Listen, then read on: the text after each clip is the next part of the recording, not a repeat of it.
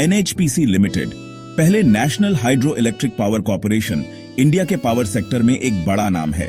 1975 में एस्टैब्लिश्ड हुई एनएचपीसी एक मिनी रैटना कंपनी है। ये स्टेटस इसका स्ट्रॉन्ग परफॉर्मेंस और देश के लिए स्ट्रेटेजिक इंपॉर्टेंस दिखाता है। एनएचपीसी ज्यादातर हाइड्रो इलेक्ट्रिक पावर जनरेट करती है, मतलब बहते पानी से बिजली बनाते हैं।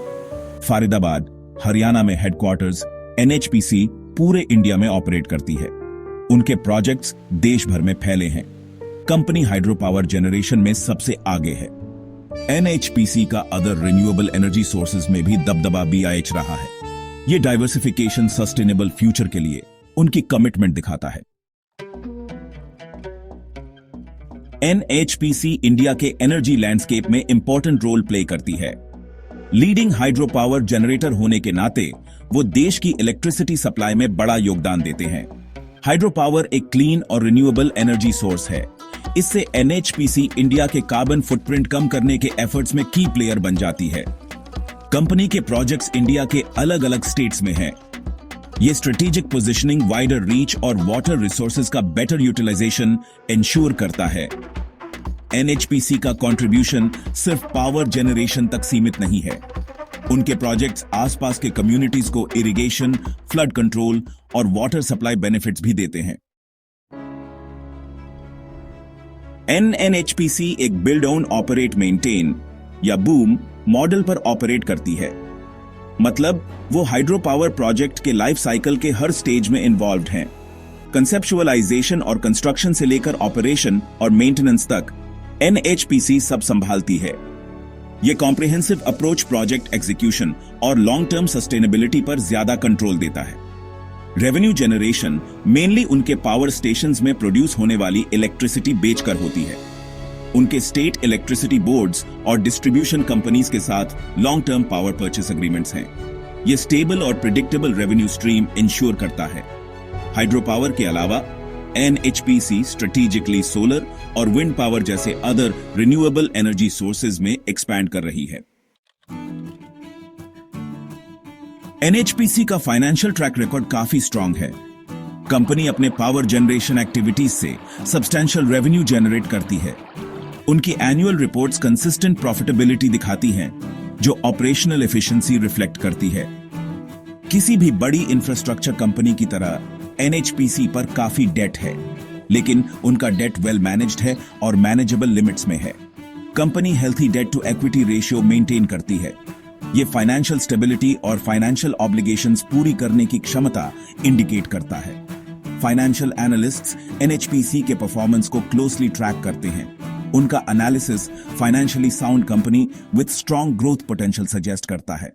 बात करते हैं एनएचपीसी के शेयर होल्डिंग पैटर्न्स और ट्रेंड्स की। किसी भी कंपनी की ओनरशिप स्ट्रक्चर उसे समझने का एक महत्वपूर्ण पहलू होता है। एनएचपीसी में सबसे बड़ा स्टेक होल्डर भारत सरकार है, जो प्रोमोटर की भूमिका निभाता है।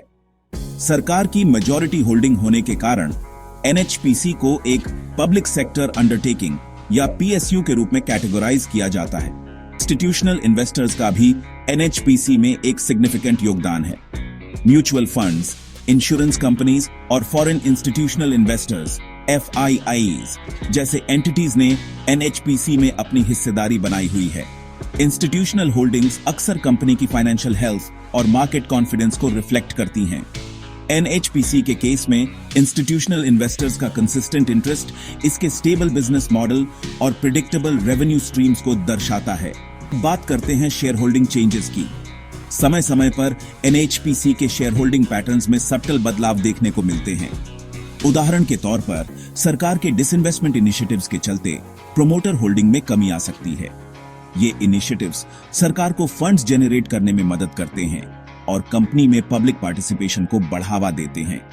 रिटेल इन्वेस्टर्स की बात करें तो एनएचपीसी का स्टॉक उनके बीच भी काफी पॉपुलर है। लो रिस्क एपेटाइट और स्टेडी रिटर्न्स की तलाश में रहने वाले इन्वेस्टर्स के लिए एनएचपीसी एक अट्रैक्टिव ऑप्शन है। इसके अलावा एनएचपीसी का लिस्टिंग स्टेटस इसे एक्सेसिबल बनाता है, जिससे रिटेल इन्वेस्टर्स आसानी से इस कंपनी में निवेश कर सकते हैं।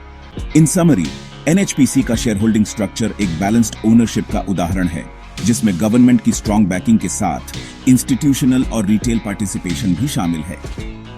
ये ओनरशिप मिक्स कंपनी को एक मजबूत फाउंडेशन प्रदान करता है जो इसकी लॉन्ग टर्म स्टेबिलिटी और ग्रोथ पोटेंशियल को रीइंफोर्स करता है। निवेशकों को इनाम, डिविडेंड और शेयर होल्डर वैल्यू। एनएचपीसी का अपने शेयर होल्डर्स को रिवॉर्ड करने का एक लंबा इतिहास रहा है।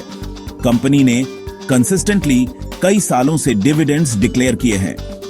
ये इसे इनकम चाहने वाले इन्वेस्टर्स के लिए एक अट्रैक्टिव ऑप्शन बनाता है। एनएचपीसी का डिविडेंड यील्ड अक्सर इंडस्ट्री एवरेज से ज्यादा होता है, जो शेयर होल्डर्स के साथ प्रॉफिट शेयर करने की उनकी कमिटमेंट हाईलाइट करता है। कंपनी का स्टॉक इंडिया के मेजर स्टॉक एक्सचेंजेस पर लिस्टेड है और ये रिटेल और इंस्टीट्यूशनल इन्वेस्टर्स दोनों के बीच पॉपुलर चॉइस है। एनएचपीसी के स्ट्रॉन्ग फंडामेंटल्स और consistent dividend पेआउट्स long term investment के तौर पर इसके अपील में कंट्रीब्यूट करते हैं। सरकारी मालिकाना हिकू की ताकत, सरकारी हिस्सेदारी और इसके मायने। भारत सरकार के पास एनएचपीसी में मेजॉरिटी स्टेक है। ये इसे पब्लिक सेक्टर अंडरटेकिंग या पीएसयू बनाता है।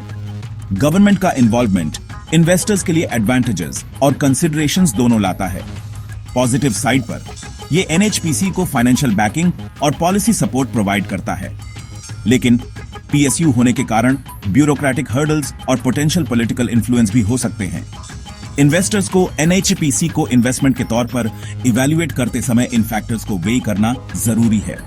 इन कंसिडरेशंस के बावजूद एनएचपीसी का स्ट्रॉन्ग ट्रैक रिकॉर्ड और गवर्नमेंट का रिन्यूएबल एनर्जी पर फोकस इसके फ्यूचर के लिए अच्छा संकेत है।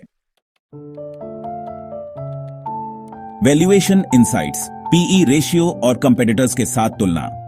एनएचपीसी को इन्वेस्टमेंट के तौर पर एनालाइज करते समय वैल्यूएशन मैट्रिक्स देखना जरूरी है। प्राइस टू अर्निंग्स या पीई रेशियो एक कॉमनली यूज्ड इंडिकेटर है। ये कंपनी के स्टॉक प्राइस की तुलना उसके अर्निंग्स पर शेयर से करता है। एनएचपीसी का पीई रेशियो जनरली उसके इंडस्ट्री पीयर्स के इन लाइन है, जो सजेस्ट करता है कि मार्केट इसे फेयरली वैल्यूड करती है। लेकिन ग्रोथ प्रोस्पेक्ट्स और फाइनेंशियल हेल्थ जैसे अदर फैक्टर्स कंसिडर करना जरूरी है। कंपेटिटर्स के कंपेयर्ड में एनएचपीसी अपने स्ट्रॉन्ग गवर्नमेंट बैकिंग और रिन्यूएबल एनर्जी पर फोकस के कारण अलग दिखती है। ये फैक्टर्स इसे फ्यूचर ग्रोथ के लिए फेवरेबली पोजीशन करते हैं। इंडिया का ग्रीन एनर्जी पुश, एनएचपीसी सबसे आगे। इंडिया अपने रिन्यूएबल एनर्जी टारगेट्स को अग्रेसिवली परस्यू कर रहा है। गवर्नमेंट ने नेशनल ग्रिड में क्लीन एनर्जी का शेयर बढ़ाने के लिए एम्बिशियस गोल सेट किए हैं। ग्रीनर फ्यूचर की तरफ ये पुश एनएचपीसी के लिए एक सिग्निफिकेंट अपॉर्चुनिटी प्रेजेंट करता है। लीडिंग हाइड्रो पावर प्लेयर होने के नाते एनएचपीसी इस ट्रेंड को कैपिटलाइज करने के लिए वेल पोजिशन्ड है। कंपनी एक्टिवली देश भर में नए हाइड्रो पावर प्रोजेक्ट्स में इन्वेस्ट कर रही है। वो सोलर और विंड पावर जैसे अदर रिन्यूएबल एनर्जी सोर्सेज में भी डाइवर्सिफाई कर रहे हैं।